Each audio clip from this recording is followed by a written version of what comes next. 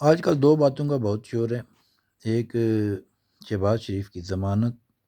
اس کے بعد ان کا نام ای سی ایل میں سے نکالنا اور پھر ان کا ایئرپورٹ پہ ان کو روکنا،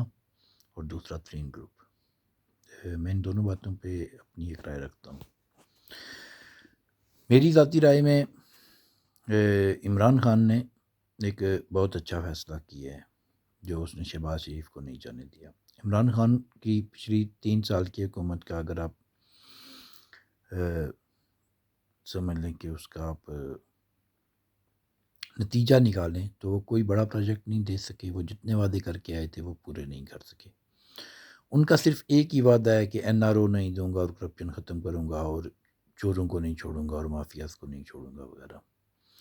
تو یہ وہ واحد سیلنگ پوائنٹ ہے جو وہ اپنے ووٹرز کے پاس لے کے جا سکتے ہیں، اپنے ایم این ایز یا ایم پی ایز کو کہہ سکتے ہیں، یا اپنے جاننے والوں کے لیے کہہ سکتے ہیں۔ وہ اور کچھ بھی ان کے پاس عوام کے سامنے پیش کرنے کے لیے کچھ نہیں ہے۔ کوئی ایسا کام نہیں ہے جو وہ عوام کے سامنے پیش کر کے کہہ سکیں کہ یہ ہم نے بہتر کی ہے۔ یہ ایک واحد کام ہے جو وہ کہہ سکتے ہیں کہ ہم نے نواز شریف کو جیل میں ڈال دیا، ہم نے مریم نواز کو جیل میں ڈال دیا، ہم نے زرداری صاحب اور ان کی بہن کو اور خورشید شاہ کو جیل میں ڈال دیا، رانا ثناء اللہ کو، خاقان عباسی کو، خواجہ آصف کو اور دوسرے بہت سے لوگوں کو۔ بس یہ ایک بات ہے جس پر وہ کہہ سکتے ہیں کہ میں نے کچھ کیا ہے یا میں نے کرنے کی کوشش کی ہے۔ وہ کر سکیں یا نہیں کر سکے یہ ایک علیحدہ بات ہے کہ وہ 1 روپیہ وصول نہیں کر سکے اور کسی کے خلاف بھی کوئی ایک کیس پروو نہیں کر سکے۔ اب فرض کریں جو انہوں نے شہباز شریف کو ایئرپورٹ پر روکا ہے، تو میرے ذاتی خیال میں انہوں نے یہ موو شہباز شریف کے خلاف نہیں کی ہے۔ پاکستان کی عدالتی نظام کو اگر آپ دیکھیں تو یہ ممکن نہیں ہے کہ جرنیلوں کی مرضی کے بغیر لاہور ہائی کورٹ نے شہباز شریف صاحب کو ضمانت دے دی۔ اب 2 منٹ کے لیے ہم فرض کر لیتے ہیں صرف بحث کے لیے کہ یہ ضمانت جو ہے جی وہ شہباز شریف کو جرنیلوں نے دلوائی ہے۔ جیسی فیصلے پچھلے 3 سال میں یا 4 سال میں ہوئے ہیں تو ہم یہ تصور بھی کرنا ناممکن ہے پاکستان میں کہ کوئی جج اس قسم کا کوئی فیصلہ بغیر حوالدار صاحب سے پوچھے دے سکتا ہے۔ تو حوالدار صاحب نے اگر یہ ضمانت دلوائی تھی، حوالدار صاحب شہباز شریف کو لندن بھیجنے کے چکر میں تھے، تو عمران خان صاحب نے ان کو ایئرپورٹ پہ روک کے شہباز شریف کے خلاف موو نہیں کیا بلکہ ان حوالدار صاحب کے خلاف موو کی ہے جو بھیجنا چاہتے تھے، اور خان صاحب نے کہا کہ نہیں، میں اس کو نہیں جانے دوں گا۔ سو میرے خیال میں جب عمران خان صاحب نے یہ موو کیے تو یہ ان کے جو سیاسی ان کی لیگیسی ہے، ان کا جو سیاسی ورثہ ہے یا ان کا جو ووٹر ہے، یہ اس کے لیے ایک بہت بہترین موو تھی۔ وہ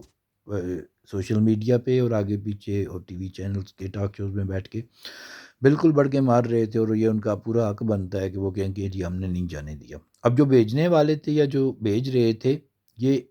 ان کا مسئلہ ہے جی کہ وہ کیوں بھیجنا چاہتے تھے، اور اگر وہ بھیج رہے تھے تو خان صاحب نے روکا کیوں ہے ان کو۔ خان صاحب کے پاس سوائے اس ایک نکتے کے اور کوئی کام تو وہ لوگوں کو نہیں بتا سکتے، لہذا ان کے لیے یہ ضروری تھا کہ وہ شہباز شریف کو نہ جانے دیں کہ جی کہ ہم نے مافیا پر ہاتھ ڈال دیا ہے اور ہم ان کو نہیں جانے دیں گے، ہم ان کو جیل میں ڈالیں گے اور یہ کریں گے اور وہ کریں گے۔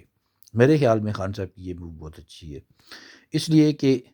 ان کا جو سیلنگ پوائنٹ تھا، اگر وہ شہباز شریف کو بھی جانے دیتے تو وہ اپنے ووٹر کو کچھ نہیں کہہ سکتے تھے کہ ہاں جی ایک ایک کر کے ہم نے سب چھوڑ بھی دیے ہیں، ہم کوئی کیس بھی پروو نہیں کر سکے۔ اب وہ کم از کم یہ کہہ سکتے ہیں جی کہ ہم نے کوشش بہت کی تھی جی، لیکن اسٹیبلشمنٹ میں اور ادھر اور ادھر اور مافیا بہت طاقتور تھی، اور وہ سیاسی شہید بننے کی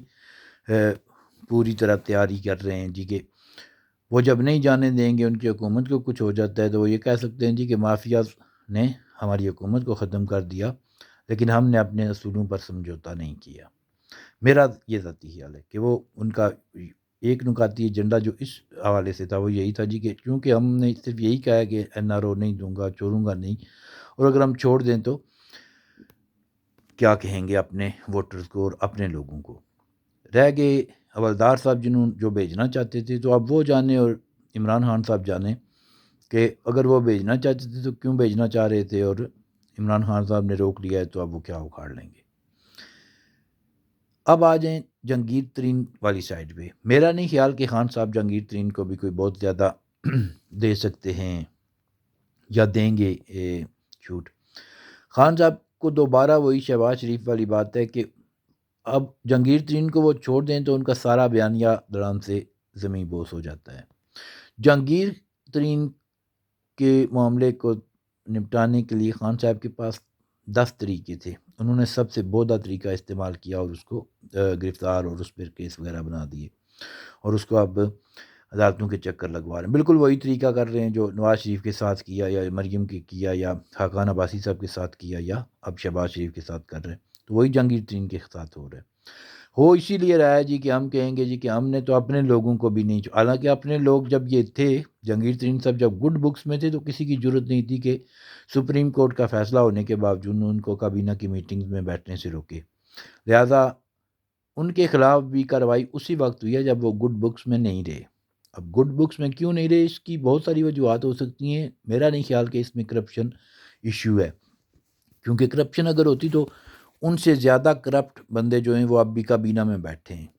اور جہانگیر ترین صاحب بھی بیٹھ سکتے تھے، لیکن یہ کوئی پرسنلی خان صاحب کا پرابلم ہوگا ان کے ساتھ، یا ہو سکتا ہے وہ اسی لیے، اور یہ اس کو بھی اپنا سیلنگ پوائنٹ بنائیں گے کہ دیکھیں جی ہم نے تو اپنے لوگوں کو نہیں چھوڑا اور یہ نہیں کیا، اور چینی مافیا کو یہ کر دیا اور چینی مافیا کو وہ کر دیا، اور اسی کی سزا ہمیں مل رہی ہے۔ لہذا میرا خیال ہے کہ وہ آگے پیچھے کرتے رہیں گے، لیکن ترین صاحب کو کلین چٹ یہ کم از کم نہیں دیں گے۔ اب یہ ترین صاحب کو کیا سزا دلوا سکتے ہیں؟ میرا یہ بھی نہیں خیال، میرا نہیں خیال کہ خان صاحب ترین صاحب کو سزا دلوا سکتے ہیں، کیونکہ میرے خیال میں اگر خان صاحب سزا دلوانے کے قابل ہوتے تو نواز شریف کو دلواتے، مریم نواز کو دلواتے، رانا ثناء اللہ کو دلواتے، شاہد خاقان عباسی کو دلواتے، زرداری صاحب اور ان کی بہن کو دلواتے، خورشید شاہ صاحب کو دلواتے۔ اگر یہ لوگ ان کو سزا نہیں دلوا سکے